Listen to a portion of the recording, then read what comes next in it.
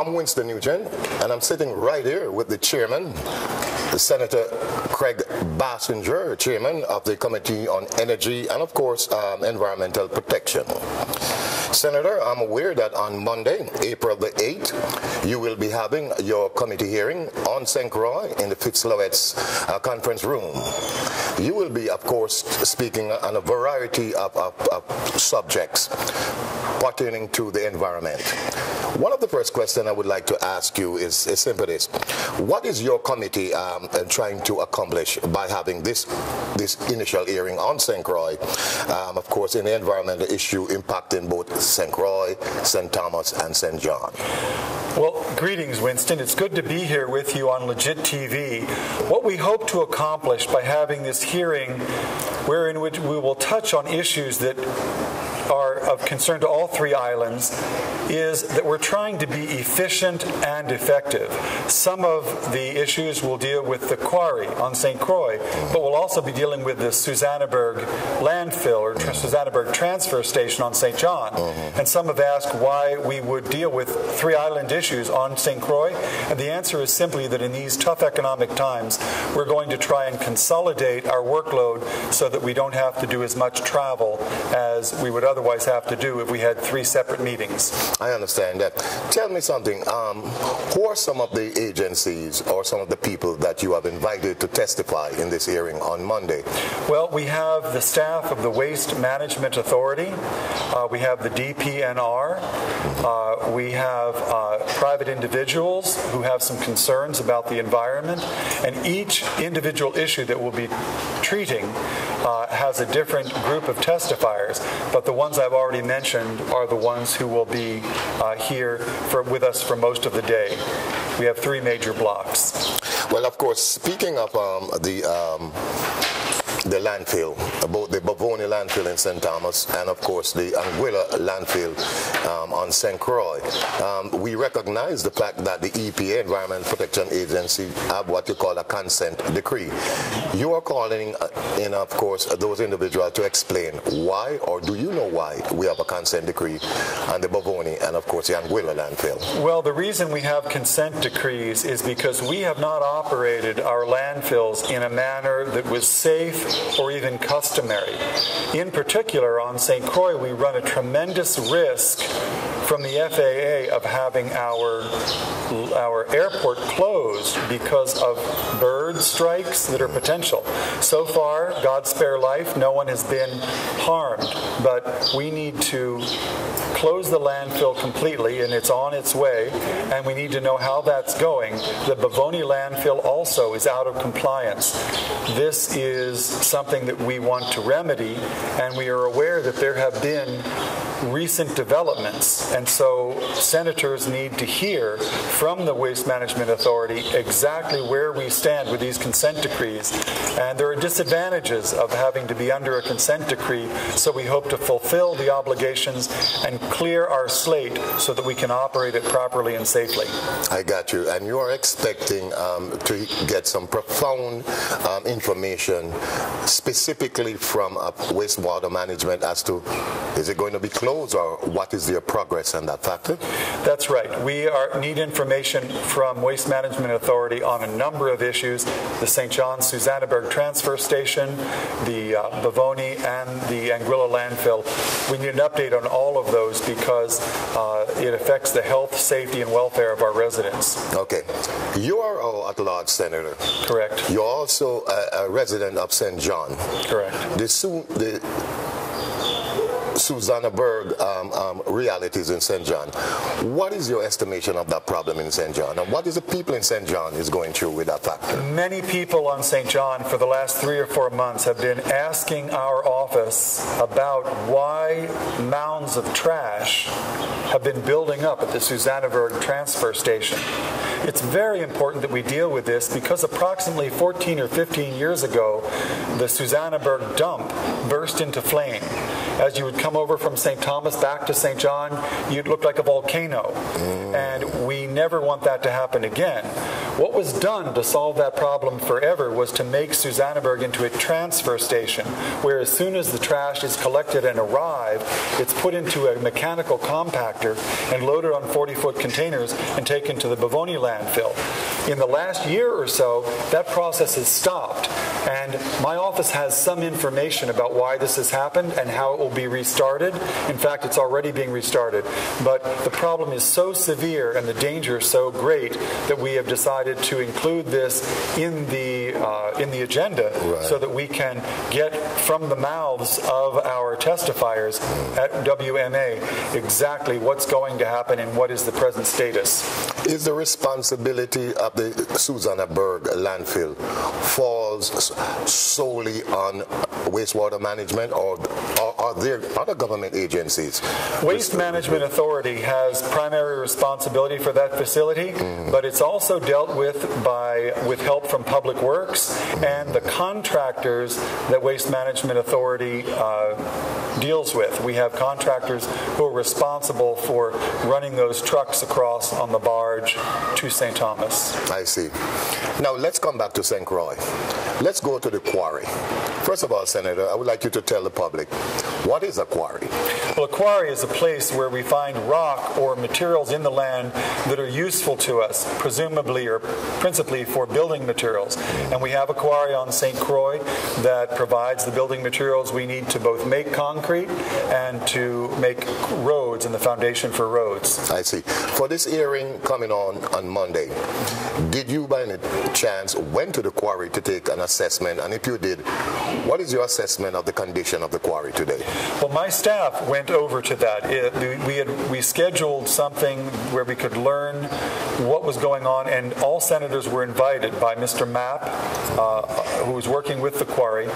And the status of the quarry right now is that it's a functioning quarry. Trucks are loaded. They come off on a weighing station and then go out to deliver their material.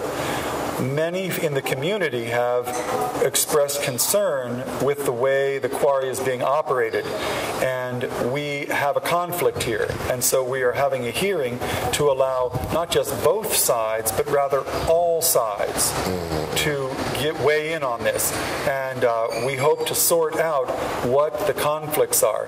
There is some indication that the quarry, it has been alleged that the quarry is not operating legally, but on our tour of the quarry, we had the perspective that, yes, it is operating legally, and we're going to have to actually ask questions. That's why we have the back and forth in the legislature, and we'll put them under oath before they answer our questions, because this could be a serious issue, and we want the truth, the whole truth, and nothing but the truth. I see. We'll go forward, and then legislators will have an idea of exactly what the status of this is. We really don't know now. It's a he said, she said sort of a thing right now, and we're going to get to the bottom of it on Monday through the legislative process. Okay, speaking about getting to the bottom of this, specifically in reference to the quarry, which individuals have you invited to testify? Did you, EPA is coming, or is DPNR, the Commissioner of DPNR will be testifier? Yes, all of the above. We have invited all of the relevant stakeholders in the government, and we have also invited several members of the public. And anyone in the hearings that I run, we always open the possibility for walk-ins, meaning that we have an agenda, right, and as long as I can keep the meeting moving and we have enough time, I like to allow people from the public who may have relevant information just to come down to the chambers, because this is the people's house, and we work them in. And sometimes we find surprising information where people will listen on legit TV, follow the hearing, and they realize that they actually have some information that senators need to know that are part of the puzzle. So they may come down, and they can either call my office at 712-2307 in advance, or just show up, and we'll work you in if we have the time. So let me reiterate on that factor. You are saying that the general public can come down to this hearing on Monday, and if they choose, they can come and, of course, put their names down and testify if they have any information to partake to you in this committee. That is correct. Mm-hmm. Okay, let's stick on the quarry for a little bit. The residents around that area, have anyone spoken to them in reference to the impact of the pollution? The aggrieved persons who maintain that the quarry is being operated improperly have contacted the quarry directly. And they are at this point in a conflict situation. The quarry feels that they have a right to exist and do what they're doing, and the persons who are feeling that they're being affected by dust or noise or other environmental factors, they maintain that the quarry doesn't have a right to exist. I see. And each of them has made their case, and we realized from hearing the two sides, we had people come to my office, they sat down with me, they explained the problem, and rather than making a snap judgment, I always go to the other side, and we had my staff go out to the quarry, take some pictures, media helped us with that, and we are going to show some of those pictures during the hearing so the listening audience can follow along. Right. And I'd prefer not to show any prejudgment of this issue, because right now the two sides are somewhat far apart, and we need to hear from the Commissioner of DPNR exactly what the law is. Obviously, we have to follow the law, and if we don't like the law, we follow it and then change it. And this is a difficult situation. That's why we're having a hearing on it. Some are routine, some are difficult. I anticipate this one will have some heated discussion, you're right, but hopefully mature and sensible discussion, because we need rock, we need safety, we need a good environment, we need jobs, we need all of these things, and it's a balancing act to find out just how we can do it. If we go totally with the environmental side, we end up killing jobs and shutting down businesses. That's correct. But if we go and say there's no environmental factors that are involved, and it's all about more money and more prosperity, then we end up living in very poor environmental conditions and perhaps contract diseases such as lung diseases or other things. So as I say, it's a balancing act, and that's what your Senate will attempt to do, and my committee will attempt to do during this hearing, this fact-finding hearing. Well, that sounds like a quandary, because you're absolutely correct. You have to represent the people, and people comes in, and whether it's business or the ordinary person, and now you got to balance that between job opportunities and, of course, the protection of the environment. Yes. And that is a quandary. Would you agree? It's a quandary about a quarry. That's correct.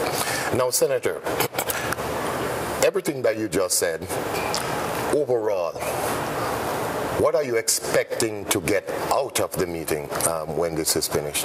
Well, I'm expecting that legislators will be in touch with various environmental issues and be more qualified to both propose legislation and vote on legislation that other colleagues have proposed.